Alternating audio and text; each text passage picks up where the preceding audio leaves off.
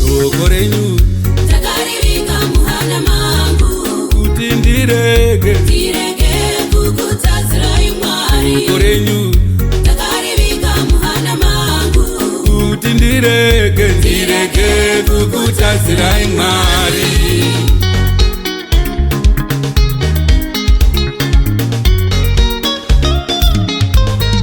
Shoko raMwari parichaparidzwa iwe tererawo wotora manzwi weza mumwoyo mako. Shoko raMwari parichaparidzwa iwe tererawo wotora manzwi weza mumwoyo mako. Shoko raMwari parichaparidzwa iwe tererawo wotora manzwi weza mumwoyo mako. Shoko renyu takarivika muhana mangu kuti ndirege kukutadzirai Mwari. Shoko renyu takarivika muhana mangu kuti ndirege kukutadzirai Mwari. Shoko renyu takarivika muhana mangu kuti ndirege kukutadzirai Mwari.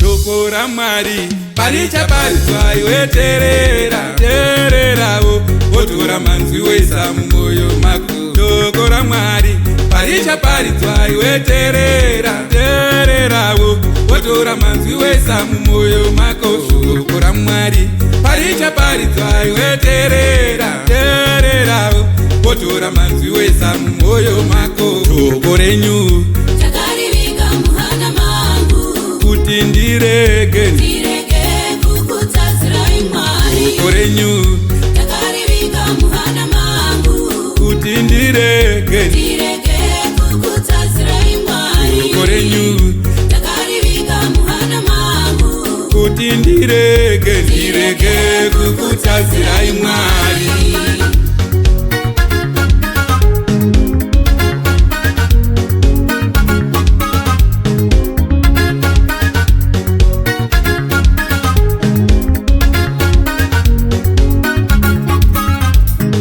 Vafundisi pavachaparidza iwe tererawo wotora manzwi weza mumwoyo mako. Vafundisi pavachaparidza iwe tererawo wotora manzwi weza mumwoyo mako. Vavhangeri pavachaparidza iwe tererawo wotora manzwi weza mumwoyo mako. Vavhangeri pavachaparidza iwe tererawo wotora manzwi weza mumwoyo mako. Vaparidzi pavanoparidza iwe tererawo wotora manzwi weza mumwoyo mako. Shoko raMwari parinoparidzwa iwe tererawo wotora manzwi weza mumwoyo mako. Shoko renyu takarivika muhana mangu kuti ndirege kukutadzirai Mwari. Shoko renyu takarivika muhana mangu kuti ndirege kukutadzirai Mwari. Shoko renyu takarivika muhana mangu kuti ndirege kukutadzirai Mwari.